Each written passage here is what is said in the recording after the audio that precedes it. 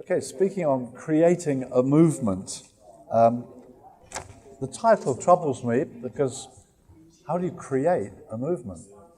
And do you just set up a website saying, I am a movement, would you like to join me? What is a movement in the body of Christ? Where's that in the Bible? A movement? What's a movement? So we need to think about that a little. And it seems to me that Jesus talked about the church in two different ways. He said, I will build my church, that's the universal church, down through the centuries, scattered through what we call denominations, all around the world, the church. And then he used the word church in one other way, in the same gospel, Matthew, said, if you've got a problem, go and talk to your brother. If he doesn't hear you, take some friends. If that doesn't work, tell the church. So what church is that? Well, it must be the church where you live, the local church. So as far as I can see, the Bible says there's two kinds of church, the universal church and the church where you live, the local church. Those are the two biblical statements about church. So what's a movement? Well, I think a movement is maybe something that happens when someone starts moving. It's not a static thing. And it's interesting to see what happened, say, with the Apostle Paul, that he started moving. And he was involved in a church getting started in Antioch, then in Cyprus, and on and on. And he began to communicate with the churches that started relating to him. In fact, at one point he talks about, this is our practice in all the churches. But if you look up that phrase, all the churches, does that mean every church that existed? No, it seems not, because he says in Judea, the churches didn't know about him. So for Paul, all the churches, it seems, were all the churches that he worked with. What the theologians call the Pauline churches, the ones he brought to birth. So for me, a movement of churches needs someone who starts moving, someone who starts maybe a church, and then instead of becoming its local pastor and staying there, moves on and then plants another church and begins to move. Other people get started, other churches get started. The relationship with the Pauline kind of figure is kind of like an apostolic person. Now, just to back up a little bit more, to be more biblically rooted, because I'm a bit nervous of the word movement, like I'm nervous of the word network. Because network, where's that? I can't find that. Is that in Deuteronomy? I can't find network in the Bible. I can find networks at golf courses. People network.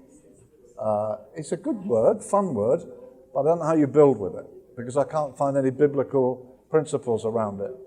What I can find is that in the Bible, Paul had a number of churches that he helped to found and had an ongoing relationship with. And if he didn't found them, some of the people closely associated with him founded them. So, for instance, he writes to the church at Colossae, he says, I've never seen you. You don't know me, but the church was started by a guy called Epaphras, that when Paul was at Ephesus, every day he taught at Ephesus, he built up a great church at Ephesus, but it says young men went from Ephesus out from Paul, so that all Asia heard the word of God. Epaphras, other men, Andronicus, others went in and out from Paul, forming churches which were somehow within Paul's framework of apostolic ministry, so that he felt a care for the Colossian church, though he'd actually never met them. But Epaphras was so sufficiently representative of Paul that it was like they were in his world. He felt a fatherly care for them. So I honestly believe that when it says in Ephesians 4, he ascended on high, he gave gifts to men, he gave some apostles, some prophets, some evangelists, some pastors, some teachers, or pastor-teacher, whichever way you read that. Now, across the body of Christ, there are people who will say, well, some of this is still here and some of it is not still here. My great hero, Dr. Martin Lloyd-Jones, taught that only the pastor-teacher is left. All the others have gone. Most would say, well, surely the evangelist is still here. Others would say, well, you're allowed to be a prophet when you've died. So that great prophet, A.W. Tozer, when he's dead, you can call him a prophet. While he's alive, you don't. Okay? So prophet, I would say, is still prophets. Now, I would say, without having time to develop this, the 12 are obviously unique. Obviously, they're written in the foundations of the temple. Book of Revelation, unique. The Apostle Paul, phenomenally unique. I won't get into the detail, but there were other apostles. And what was the work of an apostle? Well, many people have said, well, writing the Bible. Well, that's not really, that doesn't stand up to the Bible itself, because only a handful of the 12 wrote Bible. Only a handful of them. So these others were non-apostles that didn't write the Bible. Or, who wrote most New Testament? Who wrote more New Testament than anybody? Luke. Luke, who's nowhere called an apostle. So that idea that apostles are Bible writers, which seems to be very popular, is not a biblical concept. What is the work of an apostle? Paul says in 1 Corinthians 3, I came to Corinth, I laid a foundation. As the grace that was given to me, as a wise master builder, I laid a foundation. Others are building on it, but I laid a foundation. Rather like Billy Graham could say, I came to London in 1966 and did my evangelistic thing. The Apostle Paul could say, I came to Corinth and did my apostolic thing. I laid a foundation. So we all know Ephesians 2, the church is built upon the foundation of apostles and prophets. But how about the concept that local churches, like Corinth, is built upon the foundation that the apostle lays? I personally believe that what we could call a movement, which I don't think is a biblical word, you could call it an apostolic sphere. In biblical terms, Paul said, my sphere reaches here, it doesn't reach beyond. He knew the limits of his sphere. He knew where he was working. He knew what he was meant to do. He knew the churches he had the care for. He said, I've got the care for these churches. They were in his world. It didn't make him separate. It didn't make him a cult within the body of Christ. He says to the Corinthians, all are yours. Some of you are saying, I'm of Paul, I'm of Apollos, I'm of Peter. No, they're all yours. They're all yours. But he knew the churches he had the care for. Now, I think that's a biblical base for looking at maybe the thought of a movement. The idea of a movement in the church. What is a movement? We've the church, the glorious church of God, the bride of Christ, the temple of God, the army of God, all these great concepts. What's a movement? Well, biblically, you can see a number of churches that an apostle helped to get started, caught them up on his mission. So he says to the Philippians, you're in partnership with me. You're helping me financially to reach on. I want to go as far as Spain. You're caught up with me on my mission. I catch you up on my mission. It is a movement. It is moving because the apostle is a sent one. He reminds the church, this is the commission. Go into all the world and preach the gospel. That's what Jesus said to them. Go and make disciples of all nations. What did they do? They went and planted churches. That's what they did. They planted churches. That was the way they obeyed that command. Go and make disciples. So what is a church? It's a place where people are made into disciples and they are part of this global command to go and plant more churches. So when we plant a church, it is built not on a pastoral foundation, but on the foundation of apostles and prophets. And the local church should be built on this fact. We're all on a mission. We're all on a mission. We're all on a mission. That's not the missionary societies that do that. You know, we're just looking after here. We'll look after you. We'll meet your felt needs. Are you? Oh, let me help you. And we'll let those missionaries do that other thing. No, we're all on a mission. So we plant a church. We say, this is the latest phenomenon, but our eyes are on that town. We want to help train you because you're going to come with us to the next town as well. So right into the DNA of every church plant is we're probably going to plant another one. How are we going to win the world? Jesus said, go and make disciples of all nations. And they planted churches. So the church is where, yes, they are shepherded by very good pastor teachers, I hope. Excellent pastor teachers, not building on what is your felt need. Come to us, we'll meet your need. Moses didn't say, come to us, we'll do you good. He said, come with us, we'll do you good. We're on a journey. Come with us, come with us. God has said, you're going. The people of God are on a journey. Even shepherds should understand that. We're not just making people comfortable. We're not just feeding their needs. We're wanting a healthy flock, but we're on a journey. We want to build them up in all the truth, but everybody's on the move. So it's been my privilege and joy to be part of a movement. Now people say, oh, you're in a movement. I think, I'm not in a movement. I never thought I was in a movement. I started a church, and then we started another church, and then we started another church, and then we started another church. And then these pastors would come to me and say, what do I do next? And I start gathering the pastors. And it was 5 churches, 7 churches, 10 churches. And then we felt, hey, we better move together. Will you help me? I can't do it anymore. There's too many. Perhaps you could go. I won't go. You go. Be like a Timothy. You've worked with me this far. You know what I would say. You've worked with me for 5 years. Come with me. Go for me. And we begin, and you look back over your shoulder, you think, hey, it's a movement. We didn't plan to start a movement. If someone's going to create a movement, I'm quite scared for you. I mean, what do you do? Put up your website. I am starting a movement. Well, help. If you're on the move, like Paul was on the move, he was a sent one, an apostle, he's on the move, he's planting churches. People got caught up in the movement. We're on the move together. Now, it's possible that some existing churches that have got a bit sad and lost their momentum might say, can I join in? You didn't help me get started, but hey, can I join in? Can I join in? Can I come with you? As long as people understand they're coming with us, it's not that we're coming to you just to help you where you are, but you're getting caught up in something that's on the move, something that's moving forward together, then, hey, yeah, you can join us. You can join us.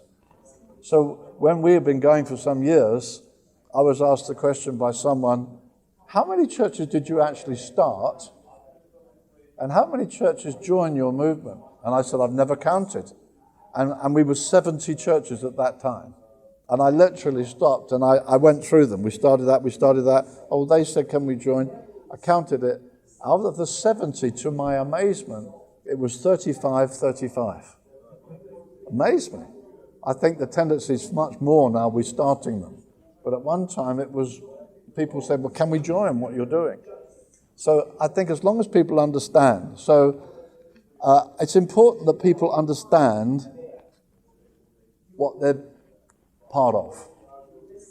And so the Apostle Paul has a body of doctrine that he taught the churches.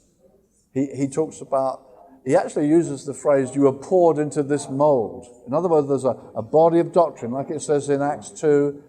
They were founded on the apostles' doctrine. They taught them day and night. So there's a body of teaching, all that we know, what we love about Christ, the freedom that we have in Jesus, that he's our King, that we're under grace, we're not under law. We're new covenant people. We've been crucified with him. We've been raised with him. Apostolic doctrine that sets people free. So they're not mixed up with, oh, are we legalistic? Should we do that? Are we supposed to keep... No, understand. So apostolic ministry is laying into people the truths about Christ so that they can freely know who they are. They're enjoying the wonder of the new covenant. They're caught up in a vision. They might well be part of moving on to the next town with you because they're excited about the vision. So we lay in a value system. We cultivate loving relationships. I mean, John Piper was magnificent this morning. Most of us just come from there, I guess. and building a community of love. So it's not a community of strangers, it's a community of love. We're building a wholesome community where we all depend on one another, where we're helping one another. It seems to me that the Apostle Paul, maybe in Antioch, helped to establish maybe a model, a church. People talk about the Antioch church, a church that has so much about it. You can feel, well, that's a kind of model. And in our day, we live in a day of incredible movement. People can commute, people can fly around the world, they can look on websites, they can come and have a look, they can come and taste and see. I think it's quite useful to have established something that you can say, look, this is really what it looks like. You maybe want to come and see us. Or when you go, you know what you're trying to produce because you were part of this community. You were part of it. And so you can go. I remember when I first met John Wimber, he said to me, I'm scared for you. You send up people from such small churches. So what they expect is a small church. He said, we built a great big church in Anaheim, then we send out people. He said, if they haven't built something big, they're saying, what's wrong? That was quite provocative. Have a sort of model, have something you feel, well, you work hard to establish something that you say, right, let's go and reproduce this. Let's go and do this again and again. Establishing a model, help people to have realistic expectations of growth as we move forward. So that means we've got church plant in Istanbul. In fact, we've got 3 church plants in Istanbul. You need to be realistic. It's tough. It's take time. You're going to take 2 years at least to get the language and the culture. Don't expect it's going to take off. Have realistic expectations. Then it's going to be hard. Moving to a town in England, I said to one guy in a church, how many of your people work in this next town? It's a big town down the road. He counted, he said, I think about 25. I said, why don't you move with them and start again? So he'd started with 14 in his home. He had about 300 by then. I said, why don't you take them and start again? So he said, do you know, I think I will. And I was with them second week. 25 people sitting like us, like a circle. That was the church. I was there second week. They've got just under 1,000 now. That's England. That's easy compared with Istanbul. So you put realistic, what can we expect? Let's not overwhelm people with how hard or how easy. So, and also a realization, he is a hugely gifted guy. That's a very resourceful team. So our expectation could be proportionate to what is there. Others, you might feel, well, he'll do a faithful work. So we need to be sensitive to not overloading God with a vision that's going to crush him. You know, I should be by it. No, I can't. No, come on, let's be realistic. Let's have expectations that are appropriate. We need to know how to train up leaders as we go forward. Personally, because I was in another session, I think yesterday, I had to answer this question. What do you think about going away to residential Bible college? I was asked. And I said, well, I went to one. For 3 years, went to what was called London Bible College. And I'm not very excited by it. For 3 years, I never met a sinner. Before I went to Bible college, I was witnessing a lot, daily. I was witnessing. I went to Bible college, I didn't meet a sinner for 3 years virtually. I think it's very unhealthy. I accumulated a lot of information which I got in my notebooks. I had no opportunity to apply it. I thought it was a very unbiblical, unwise way of training people. Jesus taught people on the road. He trained them as they went. Paul says about Timothy, he says, receive Timothy, he's worked with me like a son with a father. Receive him like you'd receive me. I think that's the better way. So we train leaders as we go. And we do have guys who are theologically sharp, and we pull people together for seasons, maybe for a week here, a week there, through a year or 2 years, programs. Right, sit with that guy.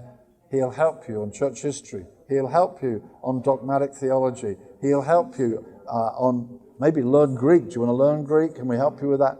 We will lift the standard of theological teaching, but not take people away to do that. And maybe just for a week, but they're they're feeling the relevance of what they're learning in their outworking. Otherwise, I'm not so thrilled. I learned some stuff at Bible college. I met my wife there. Can't be bad, can it? So, but I would say if we're moving, it's best that we're training people as we go. I think it's biblical. Jesus did it with the 12. Paul did it with Timothy and others. I think that's the way we recruit and train leaders. I've got in the notes, if you're looking at them at all, stay true to your vision. You know, what is it we believe God's put on our hearts? What did He commission us to do? But always be fresh, open to fresh initiatives. So in what we've called New Frontiers, we've always had guest speakers in from other worlds who were not part of our world. So John Piper's had days with us. Tim Keller's had days with us. Wayne Grudem's had days with us. We've had people in from the wider body of Christ, but all our leaders listen to him. Now, he's not in our family, as it were, but hey, you will learn so much from this guy. We don't want to become incestuous and say, oh, we only have our teachers. We're not interested in other teachers. We want to benefit from great teachers that God's raising up. So we know our vision. We know what we're trying to accomplish, but we want to draw from the best we can. The best we can. So these are important things. So I've got the second main heading, because I was asked for 3 main headings. Establish clear expectations with the related churches. And I put in the notes, is it simply a network, which you may have detected from me I'm not impressed with, or is it an apostolic relationship? I think that's more biblical. Now, I'm not saying networks are useless. You can always benefit. But I've met people all over the world who say, I'm in a network, which means their name is on a list somewhere. And they get literature sometimes. It's not like biblical. Paul says, if you do well, I live. If you don't, I die. I want to be with you. You're my joy. You're my crown. We're interrelated. It's relational. We're in this together. It's not just a name on a list. I belong to that group. Okay, that's fine. I'm not saying it's bad, but I think there's a better way. And so I would urge you to look at this more biblical way. So be clear, what do the churches expect? How often do you expect to be there? If you say, well, are you in the network with me? If you want to use that word, are we in this together? What do you expect from me? How often will I come? Well, if it's foundational, it may be at the very beginning. With a lot of the churches I started, I was there every other week. I was there a lot. And then gradually that became less and less.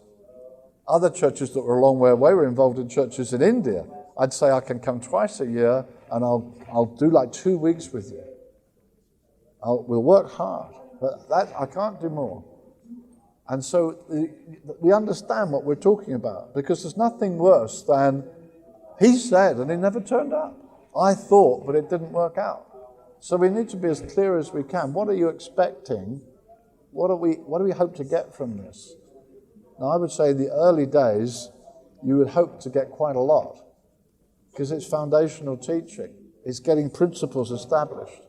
Then as time goes by, maybe less and less. And it may be also, as our team grows, you might say, what you really benefit from is this guy who's around us. He's an evangelist. He'll really sharpen you evangelistically. And we've done that. We've seen guys who've come through and you think, wow, he's an amazing evangelist, much more than I ever was. Come on, let's get him around the churches. You go and gather some churches in that area. We've done that often. Get some evangelists together in an area. We've said to pastors, who in your ranks is more evangelistic? Do you know, guys? Yeah, these guys or those girls, they're very motivated evangelistically. Right, let's do a weekend. We'll send our evangelist down. We'll do Friday night, all day Saturday. Saturday night, put on an evangelistic thing. Do it. Do it Sunday morning. Come together again Sunday night. How did it go? How did it go? How did you benefit from the evangelist being with you? So people expect hands-on. We're helping them develop their church, helping them with evangelism, maybe in the realm of prophecy. How does that realm work in you? You may not be in that world. I'm in that world. So can we help you with that? Can we cultivate, develop gifting in your ranks. We're helping build churches that are on the move. That's our goal. And so let's be realistic. Let's not disappoint. Paul has to say, I wanted to come to you, I was delayed. That can happen sometimes. But to try and be realistic, what will we provide? Let's be as real as we can in terms of communication. We used to do magazine, everything's online, isn't it? We will produce the materials, we'll give you stuff. So we do lots of communication. We'll do conferences. We used to do one conference. When I first gathered the guys, we all got together in one place. But then it got wider and wider and wider. So now we do an Indian conference, we do a Mexican conference, we do 3 American conferences. It all started in one county in England. But now we have conferences all over. We gather the guys for more teaching, more instruction, more encouragement. But people know you'll be at the conference. So we're expectation, regional gatherings, training programs, and then you must shout when I'm finished. All right. Finance. What about finance? What are we in this together? So Paul says to the Philippians, he said, no one else helped, but you helped. And he uses this word partnership. The Philippian church was happy to be in partnership with Paul. We would encourage churches to be in partnership, to help us with some of the funding, especially when we go into non-developed nations. We're very involved in Ghana, in Kenya. We often hit poverty in Kenya. There's been drought. And we'll say to the churches, hey, there's poverty there. Paul did that. He collected from the churches to help the poor in Jerusalem where there was famine. We would say to, hey, we're in this together, brothers. If you're with us, we would expect a good response to this. And so churches have been amazing, absolutely amazing. And they'll send teams. We sent teams out to they have year out for young people. Come and be on the team. You can go to Kenya for work with the people there. Go to Mexico, help there. Go wherever. So that people are caught up, teenagers, 20s are caught up, but it's to help church advancement. It's not nebulous missionary stuff. Here's a church, we're helping to get these guys through from here to here.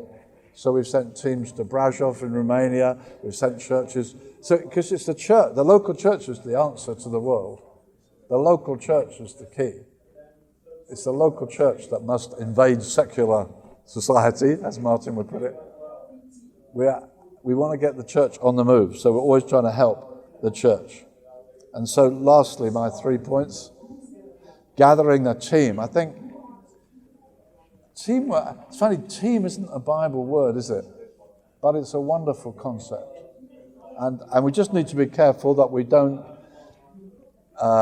you can have a kind of Trojan horse where you bring in concepts of team that don't actually belong in the biblical concept of team.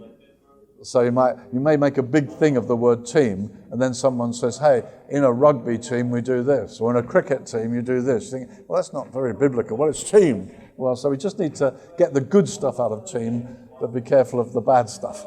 All right, but team's important. I can't thank God enough for team. A team of brothers and sisters who work together, where there's real love, real openness, where you meet mine. I can't do it. I think a good team leader shows vulnerability. A good team leader, the team members know they're needed. It's not just that he knows everything. The team leader, he's kind of amazing. And all you're just clones. The more you can be like him. Now, a real team, I know when we did our first major conference, I thought, wow, it was a Bible week. That's a camping week. And our first one was just under 3,000. I thought, oh, how do we do that? And a friend of mine said, oh, this sounds fun. I'll look after that. I thought, thank God for him. He organized it. In the end, that conference grew and grew and grew and grew and grew. In the end, there were 1,000 job descriptions. It lasted over 2 weeks, 15,000 one week, 15,000 second week. He had cultivated, he got 1,000 job descriptions going. I mean, I wouldn't know where to start. He's a team guy. I need guys. And some are much more evangelistic than I. I mean, much better, much better. Some are much better administratively. Some are much better strategic. I'm not very good strategically. And so the guys in my team, they know I need that. It's not like we're just this, Terry's got all the answers. I haven't. I know I haven't. So a team is where people feel, I know I'm needed. I play my part. And also it's transparent. We're friends. Utterly vital. We're friends. And there's nothing we can't say in the room. You don't want a team where you dare not ask that subject because he's very, if you raise that, he gets very defensive. You get that in a team, you've had it. So, we don't talk about that. He doesn't like it, we talk about that. So you say some things and then we all agree? Yes, we all agree. Then you get out in the corridor, what did he mean by that? I don't know what he meant. Did you agree? No, I didn't agree. But that doesn't come out in the room. That's not a team. In the room, oh yes, lovely, we all agree. In the corridor, other conversations happen. We want that. There are no conversations in the corridor because they're all in the room. So that people say, what do you mean? I don't agree with that. Let's have it in the room. So that when we go out of the room, we're all on the same page. I can't thank God enough for men I've walked with for 30 years. And lots of young guys coming into that gradually, bringing young men to sit with you, to see it, be part of it. And understand, we're real brothers. We really care for one another. We make up for one another's weakness. We model something in the team that can then get modeled in the churches. So teams of elders are like that. They're transparent with one another. The sort of wonderful stuff John Piper was preaching this morning, that a body of guys is being raised up of real worth, that they really depend on one another and care for one another. So transparency, vulnerability, obviously common values, character and gifting. We need to be careful. Sometimes people's gifting runs ahead of their character. We need to be careful. We need to watch out for guys. I don't want to crush someone who's phenomenally gifted. It's a huge privilege to have someone phenomenally gifted. But we just need to be careful. If you know, hey, that guy's character, I notice he's got an eye for the women. Hey, I'm not going to put him on a lot of big platforms. He may be amazingly gifted, but we just need to help this fellow with his character more. So we have a responsibility if we're going to get a movement that keeps going year in, year out, decade in, decade out, on. We don't have too many sinkholes where guys blow it. We want to help them in character and help them in gifting. It's our responsibility. I love creative people. I think they're a huge gift. If I know I've got their heart. I found in a team where some guys are very creative, they think quickly. I found other people can be a bit scared of them.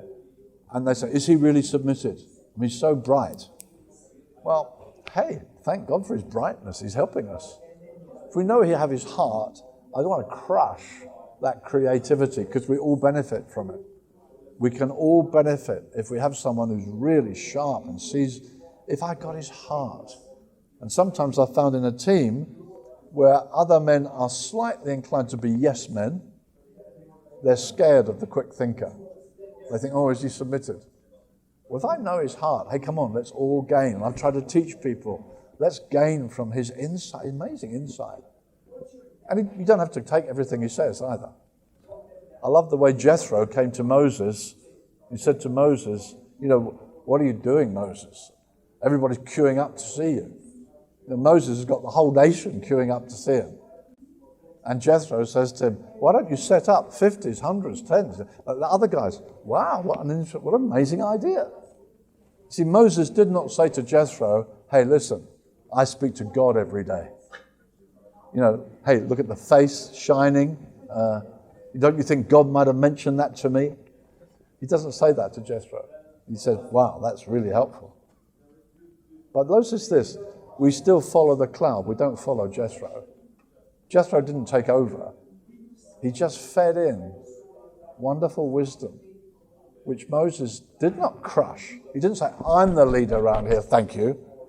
He said, thanks for that, but I'm still following the cloud. Thanks, it's not you just took over. You gave us what you have to bring. And the more people that come with giftedness, the stronger your team becomes. It's a huge privilege to find gifted people. It says about David, mighty men came over to David. What a privilege. Guys who'd already developed all kinds of incredible skills and gifts. They were already skilled when they joined David. They said, we're yours, David. And he gave them responsibility. He built a strong team. Gifted people. We don't want to despise gifted people, but we need to be aware as people come through, is the character there as well? If we're building something that's going to last, we're talking about a movement, something that's going to have strength in the long time, not something that lasts for a year and it's gone. There's a lot of stuff like that, comes and goes. Then I've got release with responsibility. We have to train people up. Then Paul says, I'm sending Timothy. It's not, for a long time Timothy would go with Paul, but then he said, I'm sending him. And then you get this lovely word. He says, when Timothy comes, don't scare him, which I think is hilarious. It's like, I'm sending my guy, don't frighten him. And Paul says to Timothy, don't let anyone despise your youth. He said, don't be scared, Timothy. So he's sending a young man who's inclined to be scared, who's a bit young, and yet the commentators would say this is in 2 Timothy, Paul's last epistle. I want to bless some of you guys here now. Timothy was probably about 40 when Paul said, don't let anyone despise your youth. I hope that comforts some of us around the circle, okay? You're so young, you 40-year-olds. In that culture, I guess, elderly were really respected more than in our culture.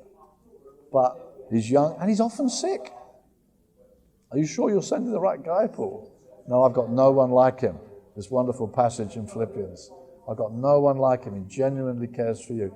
So he's able to send people and release them and say, look, I'm giving you this responsibility. So you're not just, no, I'm doing it all. You're raising people up. You're giving them responsibility. Paul wrote to the church, I'm sending him, now this is the way to receive him. So it's all very helpful and open. And then ultimately, I'm sure these guys reproduce their own teams. I'm in the privilege now of being a grandfather. So I've raised 5 kids, and it's been terrific fun. And then they've all got married now, and they've all got kids. And you hope you've fed them with all kinds of stuff. You hope you've raised them. Now they're raising theirs. My sons will become fathers. There's a passage in Psalm that says, your sons will become fathers. And that's been my privilege in the work that I do too. I've got sons who are now fathers. And I've seen it happen in my family.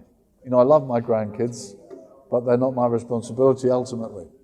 They're my son's responsibility. So you reproduce. That, I believe, is a kind of the movement God wants, something that reproduces disciples, that raises up responsible people, not just clones, but people who can handle it. They know the principles. They work within their gifting, and yet they reproduce. So all of my 5 kids, 4 sons, 1 daughter, it's amazing, isn't it? If you've got kids, their personalities are so different. And yet I think the principles they live by, they've really owned the vision. They're raising their kids well.